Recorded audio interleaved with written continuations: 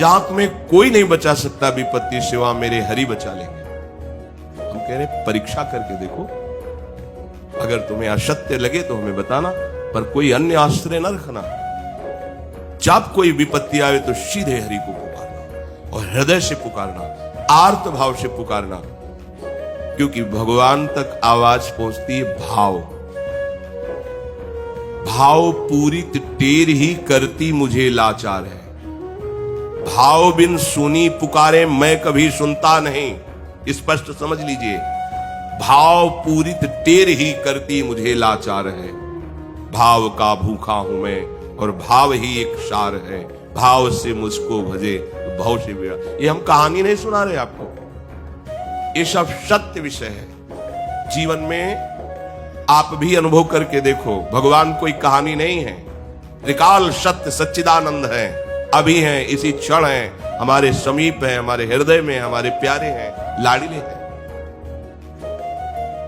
प्रभु नान्यम त्वद्भयम पश्ये यत्र मृत्यु परस्परम, यहां हम किससे सहयोग मांगे?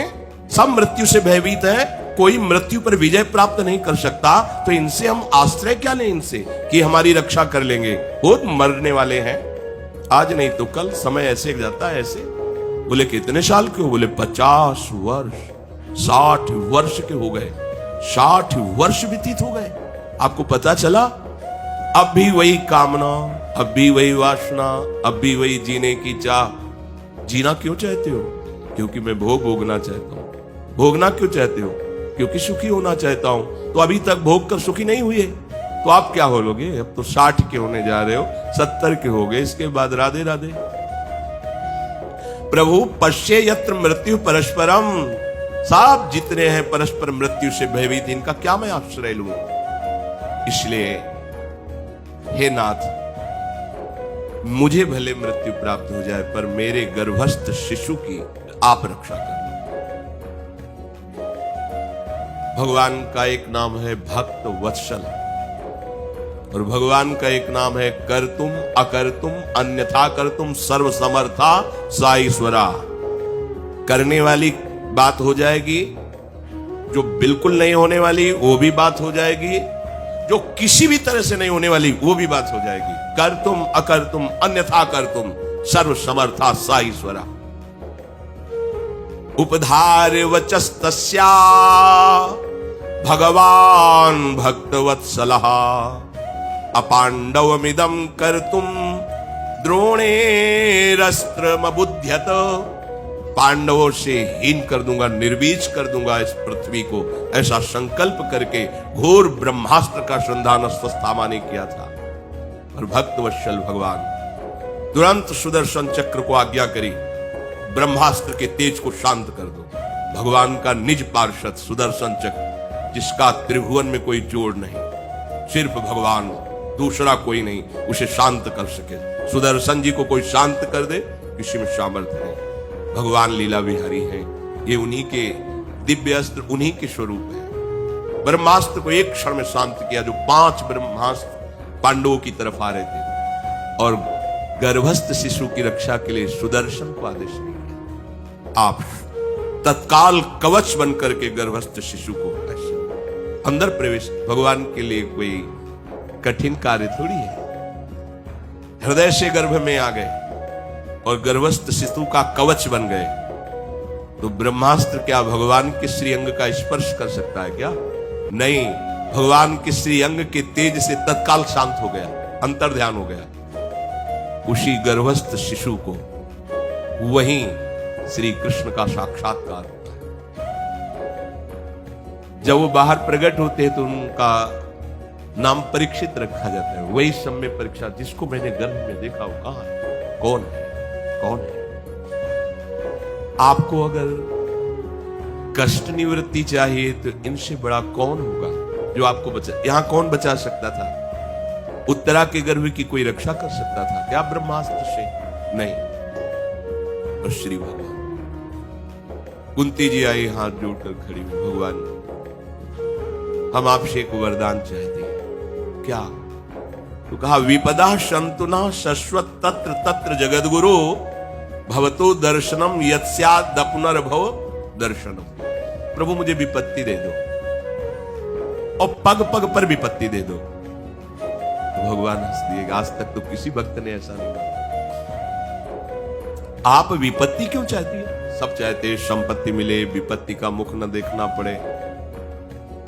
बोले विपत्ति की कृपा हमने देखी, जब जब विपत्ति पड़ी तब तब आप हमारी तरफ दौड़ते हुए आए, और जब संपत्ति दी तो आप वापस चले गए। आपका पीठ करके जाना मुझे नहीं अच्छा लगता। मुझे हर क्षण विपत्ति में रखो, जिससे हर क्षण आपका मैं दर्शन करूं, और आपका दर्शन जीव का अपना अनुभव है, वो जन्म मरण के चक्र से छूट जाता है। यद्यपि भक्त हृदय ही ऐसी चाह करेगा, संसारी पुरुष तो चाह नहीं करेगा कि हमें पग पग पर विपत्ति मिले।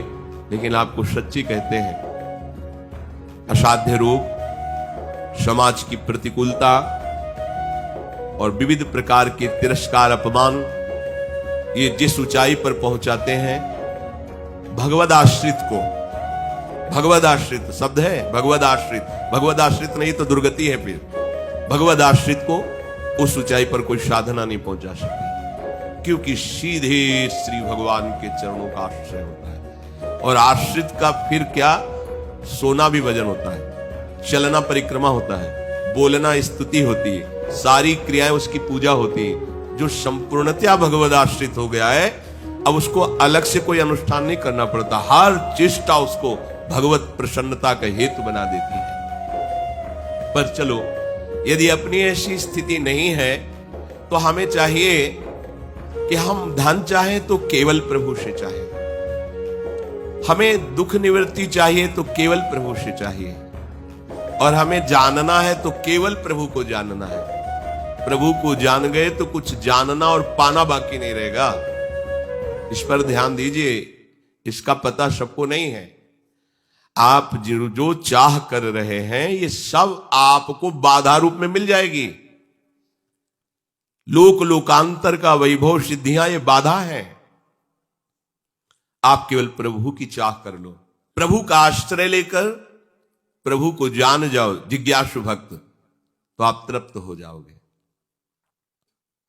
भगवान कह रहे हैं, तेषाम ज्ञानी नित्य युक्त एक भक्तिर विशिष्यते, प्रियो ही ज्ञानिनोत्यर्थ महंस च मम प्रियः। अर्जुन, ये जो 4 प्रकार के हम तुम्हें भक्त बताए, देखो भगवान कितने कृपालु हैं। धन मांगने वाले को भी भक्त भगवान कह रहे हैं, क्योंकि वो केवल भगवान से मांगे तो भगवान की आराधना करे, और उनसे धन मांगे तो भगवान अपना भक्त मान लेते हैं। जिसे भगवान अपना भक्त मान लेते हैं, उसके मंगल में, उसके आनंद में कोई बाधा नहीं पहुंचा सकता। जो भगवान से कष्ट निवृत्ति चाहता है, भगवान उसको अपना भक्त मान लेते हैं। कितने कृपालु हैं, कितने उदार हैं। भगवान कहते हैं, ये चारों भक्त मुझे प्रिय हैं, पर इनमें जो ज्ञानी है, ये मुझे विशेष प्रिय है, विशेष प्रिय है। तेषाम ज्ञानी नित्य युक्तः। ज्ञानी भक्त का तात्पर्य केवल अहम ब्रह्मास्मि से नहीं है। ज्ञानी भक्त का तात्पर्य है जिसने ये जान लिया कि भगवान के सिवा ना कुछ था, न है, न रहेगा। तो यहां जितनी हमारी चेष्टाएं हो रही हो, सब भगवान के लिए हो। जो हमारी आत्मा रूप में स्फुरित है, जो बाहर श्री कृष्ण रूप से जाने जाते हैं, जो उपनिषदों में ब्रह्म रूप से जाने जाते हैं, योगी जन जिन्हें परमात्मा कहते हैं, वो मेरे प्रीतम हैं। इससे बड़ा ज्ञान कुछ नहीं है। इसीलिए यहां उदाहरण में सबसे श्रेष्ठ ज्ञानी जो भगवान को प्रिय है, उसमें गोपी जनों को दिया गया है।